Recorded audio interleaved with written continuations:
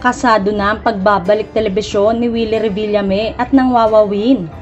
Naganap noong Martes Santo, March 26, 2024, ang huling pag-uusap nila ng TV5 Network Management. Inaasahang magaganap ang pirmahan ng kontrata ng magkabilang panig sa April 2024. Siguradong ikagagalak ito ng mga taga-subaybay ni Willie at ng kanyang game at public service program. Magkakaroon ng pagbabago sa plano ni Willie para sa Wawawin dahil magkakaroon na siya ng bagong studio. Hindi na sa kanyang ipinagawang studio sa Santa Lucia, East Mall, sa Cainta, Rizal. Nauna nang lumabas ang mga ulat na magiging back-to-back program ng kapatid network ang Itbulaga at ang Wawawin, pero malalaman ang desisyon ng TV5 Management at ni Willie sa mga susunod na araw. Ang Media Quest at ang Goodwill Production ni Willie ang mga producer ng Wawawin.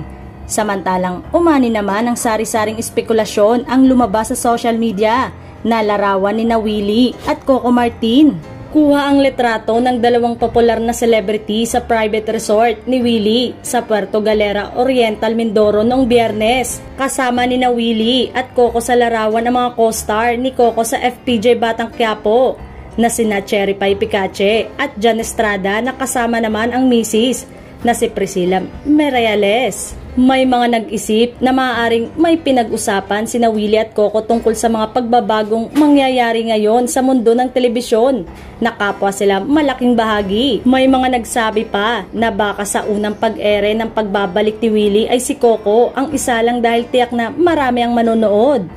Si Willie ang isa sa mga mapapalad na matagumpay ang TV career at sinusundan ni Coco ang kanyang mga yapak dahil co-producer na rin ang aktor na mga programa nito sa telebisyon.